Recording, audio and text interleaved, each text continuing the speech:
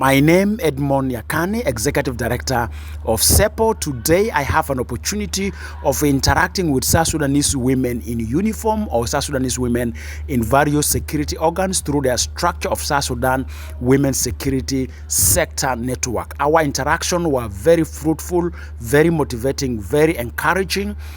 And I would like to take this opportunity to share with the leadership of the country that our interaction was around the implementation of Chapter 2 of the R-ARCSS.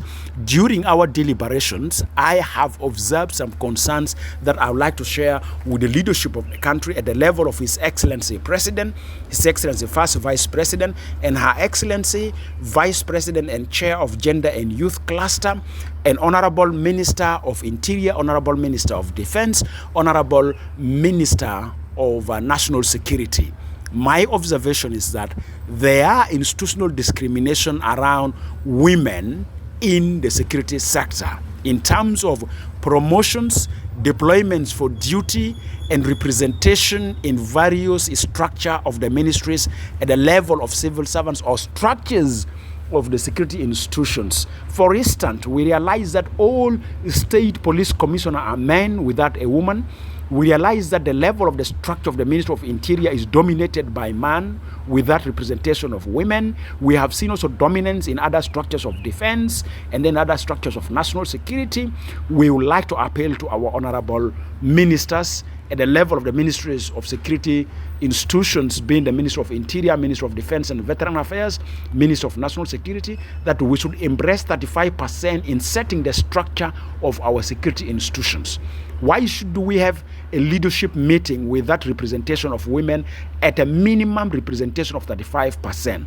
Affirmative action also take into account ranking system.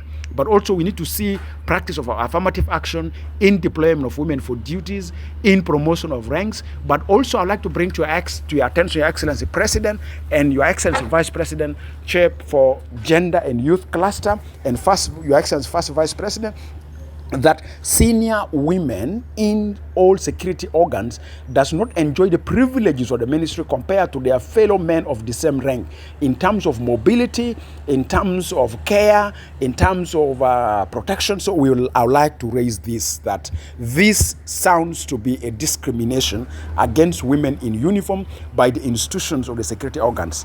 I need a reform. We are calling for the leadership of the country to hear our voices on behalf of our mothers and our sisters who have dedicated their life to improve our security and defense sector.